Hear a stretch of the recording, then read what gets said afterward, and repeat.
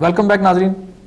اچھا مولانا صاحب مجھے آپ تھوڑا سا بتائیے گا, میں تھوڑا سا جو خود سے کسی چیز کا فیصلہ کرنا میں اس حوالے سے جاننا چاہوں گا کہ جہاں تک پیارے نبی صلی اللہ علیہ وسلم کی ذات مبارک ہے اس کی توہین کا کوئی تصور نہیں کر سکتا, اور میرا خیال ہے کہ میں اس پہ میں بھی ایگری کرتا ہوں کہ وہ جو ہمارا دین کہتا ہے کہ ٹھیک ہے اس کے اوپر جو کرے تو اس کی جو سزائے موت ہے وہ ٹھیک ہے, اس میں تو کوئی ایسی بات نہیں ہے. لیکن ایک لا ہے, میں صرف یہ اس میں جاننا چاہ رہا ہوں کہ لا کے بارے میں اگر ایک شخص کہتا ہے کہ اگر اس کی وجہ سے اگر کوئی لا میں اگر کوئی سخم رہ گیا ہے اور ایک بنا تو وہ اچھی کام کے لیے ہے لیکن اس میں کوئی ایسا کوئی سخم رہ گیا جس کی وجہ سے کچھ بے گناہ اس میں پھنس رہے ہیں, تو اس سخم کو دور کرنے کی اگر کوئی بات کرتا ہے تو کیا آپ کی جماعت نے بھی اس کو توہین رسالت کا مرتکب قرار دے دیا, حالانکہ وہ اگر آپ بظاہر ساری اسٹیٹمنٹس بھی دیکھیں ہمیں نظر نہیں آتی, اور اس کو جائز قرار دے دینا چاہیے؟ اور پھر یہ ہے کہ اگر کسی نے کیا ہے تو دین میں اس کی کیا ہے, کوئی سسٹم تو ہوتا ہے نا, کوئی عدالت کوئی حکمران اس کا فیصلہ کرتے ہیں کہ اس نے کی ہے یا نہیں کی, اس کی نسبت یہ ہے کہ ایک آدمی خود سے ڈیسائیڈ کرے کہ اس نے کر دی ہے اور اس کے مطابق وہ اس کا فیصلہ کر دے, کیا یہ ٹھیک ہے؟ لیکن میں سب سے پہلے تو یہ گزارش کروں گا کہ آپ بتائیے کہ پاکستان میں قانون کی حکمرانی کیوں نہیں ہے؟ جب تک آپ قانون کی حکمرانی یہاں قائم نہیں کریں گے لوگ بیدار ہوں گے اور نتیجہ پھر آپ کے سامنے ہوگا. جہاں تک آپ ناموس رسالت کے قانون کی بات کرتے ہیں, میں سمجھتا ہوں کہ یہ قانون بن چکا پاکستان میں موجود ہے. خود دیکھیے عبدالرحمان ملک صاحب کہتے ہیں میرے سامنے کوئی گستاخی کرے تو میں اس کو گولی مار دوں گا. پرائیویٹ بل پیش کرنے والی شیری رحمان صاحبہ کہتی ہیں میری ناموس رسالت کے لیے جان بھی حاضر ہے.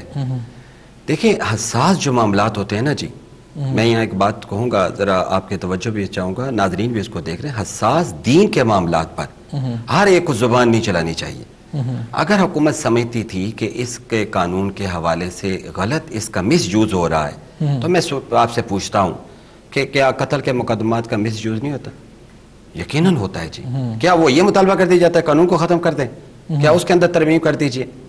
یہ بین الاقوامی دباؤ ہے کہ پاکستان میں ناموس رسالت کے قانون کو ختم کیا جائے, حالانکہ ہماری حکومت کی ذمہ داری بنتی ہے, پیپل پارٹی کی حکومت کی ذمہ داری بنتی ہے کہ یہ پاکستان قائم ذوالفقار بھٹو کے دور میں بنا, اس میں بنیادی کردار مولانا مفتی محمود نے کیا ہے, مولانا غلام غوث ہزاروی کا ہے, مولانا شاہ محمد درانی کا ہے, خان عبدالولی خان کا ہے, میں اعتراف کرتا ہوں ان جماعتوں کا بھی, لیکن بنیادی کردار ہماری جماعت کے قائد مولانا مفتی محمود کا ہے. اس آئین کے اندر یہ طے کر دیا گیا کہ قرآن و سنت کے خلاف کوئی قانون سازی نہیں ہو سکے گی. اس آئین کے تمام چیزیں جو طے کر دی گئی ان کو کیوں چھیڑا جا رہا ہے؟ پھر حساس معاملات کے اوپر, دین کے جو حساس معاملات ہیں ان پہ آپ سمجھتے ہیں کہ اگر کوئی ضرورت ہے تو آپ کے پارلیمنٹ کے اندر مذہبی جماعتوں کی نمائندگی موجود ہے, اور سب سے بڑی نمائندگی خود مولانا فضل الرحمان کر رہے ہیں. اچھا کسی نے یہ پرپوزل دی تھی, میں گزارش کرتا ہوں جی, اب اس کو آگے لے چلتا ہوں. اسلامی نزدیتی کونسل ایک آئینی ادارہ ہے, کیا آپ اس کے اندر نہیں بھیج سکتے تھے؟ شریعت کورٹ موجود ہے, شریعت کورٹ ہے, آپ اس کو کیوں لوگوں کے سامنے اس مسئلے کو, حساس مسئلے کو لینا چاہتے ہیں جس پہ لوگ کوئی دوسری بات سننے کے لیے برداشت نہیں ہوتے؟ اور میں یہاں یہ بھی بات واضح طور پہ آپ کے ذریعے کہنا چاہتا ہوں کہ اس قانون کے تحت حضرت آدم علیہ السلام سے لے کر جناب رسول اللہ صلی اللہ علیہ وسلم تک تمام انبیاء اکرام کی شان میں گستاخی کو جرم قرار دیا گیا ہے. اور میں یہ واضح طور پہ کہتا ہوں کہ ہمارا دین تو یہ کہتا ہے, آمنہ کے لال یہاں تک فرماتے ہیں کہ مجھ پر ایمان لانے والوں پہلے تمام انبیاء اکرام پر بھی تم کو ایمان لانا ہوگا. پھر آپ دیکھیے ابھی یہ 25 دسمبر کا دن آیا, عیسائیت کی دنیا نے حضرت عیسیٰ علیہ السلام کا یوم ولادت منایا. آپ دیکھ لیجئے, سروے کر لیجئے, پاکستان کی اکثر مساجد میں علماء اور خطباء نے حضرت عیسیٰ علیہ السلام کی شان کو بیان کیا. قرآن مجید حضرت عیسیٰ علیہ السلام کی شان کو بیان کرتا ہے. قرآن مجید عیسیٰ علیہ السلام کی ماں کے نام پر پوری سورت نازل کر رہا ہے. ہونا تو یہ چاہیے تھا, پیپل پارٹی کی حکومت کو بین الاقوامی دنیا کو جواب دینا چاہیے تھا کہ ہماری مذہبی معاملات میں مداخلت نہ کیجیے. جب آپ حساس معاملات, دینی معاملات کو علماء سے ہٹا کر عام سطح پر لانے کی کوشش کریں گے تو اس کے نتائج پھر آپ کے ساتھ. رائٹ, ٹھیک ہے. اچھا میں ایک دوسرا بڑا اہم بات, یہ JUI کا ایک اپنا لنک بھی ہے جو کہ جو ہمارے قبائلی علاقوں میں یا ان علاقوں میں جو ہے, اس لنک کی وجہ سے جب کبھی پاکستان کی سیکورٹی فورسز کے اوپر حملے ہوتے ہیں, پاکستان کے یہاں پر خودکش حملے ہوتے ہیں, تو جو خودکش حملے کرنے والے ہیں وہ بھی شہادت کے لیے آئے ہوتے ہیں. اگر ان سے آپ پوائنٹ آف ویو لیں تو وہ کہتے ہیں ہم, تو یہ کلیش ہے کہاں پر, کیا وہ درست ہے؟ دیکھیں جی, میں سمجھتا ہوں کہ ابھی میرے محترم نے ایک بات کہی ہے کہ پرویز مشرف کی پالیسیوں نے پاکستان کو بارود پہ لا کے بٹھا دیا ہے, اور سب تسلیم کرتے ہیں کہ اس کی پالیسیاں عمریت کی پالیسیاں تھیں. مطلق العنان حکمران تھا اور اس نے امریکہ کے سامنے لمحوں کے اندر یس کیا. قومی اسمبلی سے کوئی منظوری نہیں, پارلیمنٹ سے کوئی منظوری نہیں لی, کسی کیبنٹ سے اس نے کوئی منظوری نہیں لی. میں سمجھتا ہوں کہ اس کی پالیسیاں جب تک پاکستان میں تبدیل نہیں ہوگی اس وقت تک پاکستان میں آپ بنیادی طور پر کوئی تبدیلیاں نہیں لا سکتے ہیں. اب آپ دیکھیے کہ ہم کہتے ہیں پارلیمنٹ ایک بالا ادارہ ہے اور اس کے اندر پالیسیاں, ہمارا مطالبہ ہے, پاکستان کی تمام جماعتیں یہ کہتی ہیں, اس میں جمعیت علماء اسلام بھی شامل ہے. پارلیمنٹ کے اندر فیصلے ہوں, پارلیمنٹ کے فیصلوں پر عمل درآمد ہو. آپ دیکھیے پارلیمنٹ نے متفقہ قرارداد پاس کی, اور یہ متفقہ قرارداد میں یہ کہوں تو بے جا نہیں ہے کہ میری جماعت جمعیت علماء اسلام کے قائد مولانا فضل الرحمان کی کاوشوں سے منظور ہوئی, اور یہ آپ اس تاریخ حقیقت کو کوئی جھٹلا نہیں سکے گا. اب قرارداد پاس ہوئی کہ پاکستان کی تمام داخلہ پالیسیوں کو تبدیل کیا جائے اور پاکستان کی خارجہ پالیسی کو تبدیل کیا جائے. یہ قرارداد پر عمل درآمد حکومت کی ذمہ داری بنتی ہے. پارلیمنٹ کا یہ فیصلہ ہے, پارلیمنٹ میں بیٹھے ہوئے عوام کے نمائندوں کا فیصلہ, یہ عوامی ریفرینڈم ہے. اس قرارداد کے آنے کے بعد پاکستان کی قوم کے منتخب نمائندوں نے پرویز مشرف کی پالیسی کو مسترد کر دیا ہے.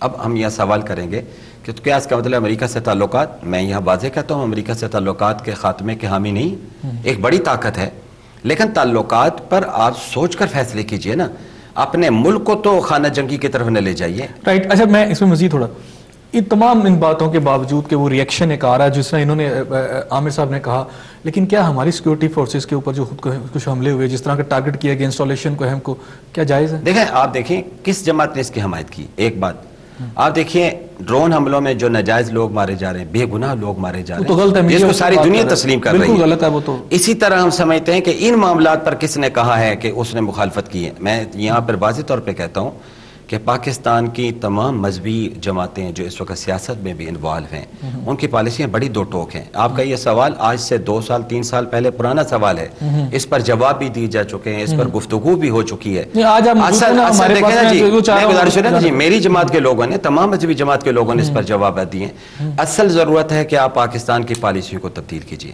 پاکستان میں پرویز مشرف کی پالیسی سے جان چھڑائیے. اس پاکستان کو وہ پالیسی دیجیے جو پاکستان کے مفاد میں ہو, جو ملک کے مفاد میں. آپ دیکھیں ملک اس وقت جیسے ابھی انہوں نے فرمایا کتنے بڑے بحرانوں کا شکار ہے. ابھی ہمارے پروگرام کے دوران لوڈ شیڈنگ ہو گئی, ہم ابھی تک ملک کے عوام کو ایک بلب جلانے کا موقع نہیں دے سکے. ہمارے گھروں میں کھانا نہیں پک رہا ہے, بچے صبح ناشتہ کیے پر گھروں سے باہر نکل کے جا رہے ہیں. پاکستان کے بڑے مسائل نہیں ہیں, امن پاکستان میں کہیں نظر نہیں آتا, یہ بڑا مسئلہ نہیں ہے. حکومت ہر بات پہ ہی کہی جا رہی ہے ہم ٹھیک کر رہے ہیں, حالات ٹھیک ہو جائیں گے. کب ٹھیک ہوں گے؟ اس کے لیے میں یہ بھی کہتا ہوں یہ تنہا حکومت نہیں مسئلے کا حل کر سکے گی. اس کے لیے میں 2 تجاویز یہاں دینا چاہوں گا. ایک تو کراچی کے مسئلے پر میری رائے ہے کہ حکومت کو آل پارٹیز کانفرنس بلانی چاہیے. یہ الزامات کی سیاست یہ مسائل کا حل نہیں ہے, نہ ہی آپریشن کسی مسئلے کا حل ہے, میری یہ رائے ہے. دوسری بات یہ ہے کہ ملک اس وقت جن بحرانوں سے 2-4 ہے, اس کے حل کے لیے بھی حکومت تنہا کچھ نہیں کر سکے گی. اسے تمام جماعتوں کو ایک ایجنڈے پر دعوت دینی چاہیے کہ تمام جماعتیں آئیں, سر جوڑ کے بیٹھیں, اپنے اختلافات کو بالائے طاق رکھے. میں بڑا واضح کہتا ہوں پاکستان کو کوئی سیاستدان ان معاملات پر حکومت کے ساتھ سیاست نہیں کرے گا. لیکن اگر آپ یہی کام کرتے رہیں گے, جیسے انہوں نے اشارتاً بات کہی کہ ہم تمہیں مرکز میں نہ چھیڑیں, تم ہمیں صوبے میں نہ چھیڑو, اور باری کا انتظار کیجیے, تو پھر پاکستان کے مسائل حل نہیں. عامر صاحب میں آپ کی طرف آؤں گا. انہوں نے 2 اہم پوائنٹس دیے کہ کراچی میں آل پارٹیز کانفرنس, یعنی کراچی کے ایشو کے اوپر آل پارٹیز کانفرنس, اور یہ جو بحران جو ہیں ان کو ہینڈل کرنے کے لیے تمام جماعتوں کے اوپر ایک متفقہ لاہ عمل بنانے کے لیے کوئی میٹنگز بلانی چاہیے. کیا آپ سمجھتے ہیں کہ سیاسی جماعتیں پارلیمنٹ میں بھی ایک انہوں نے ڈرون حملوں کے حوالے سے پیش کی, قرارداد پاس بھی ہوئی, ہم نے دیکھا کہ سیاستدانوں نے جو بھی مل کے فیصلے کیے اس پہ عمل درآمد نہیں ہو سکا, پولیٹیکل ول نظر نہیں آتی, وہ اکٹھے بھی ہو جاتے ہیں, فیصلہ بھی کر دیتے ہیں, لیکن اس پہ عمل درآمد نہیں ہوتا. کچھ ایسی قوتیں ہیں جو رول پلے کرتی ہیں اور سب کچھ ختم ہو جاتا ہے.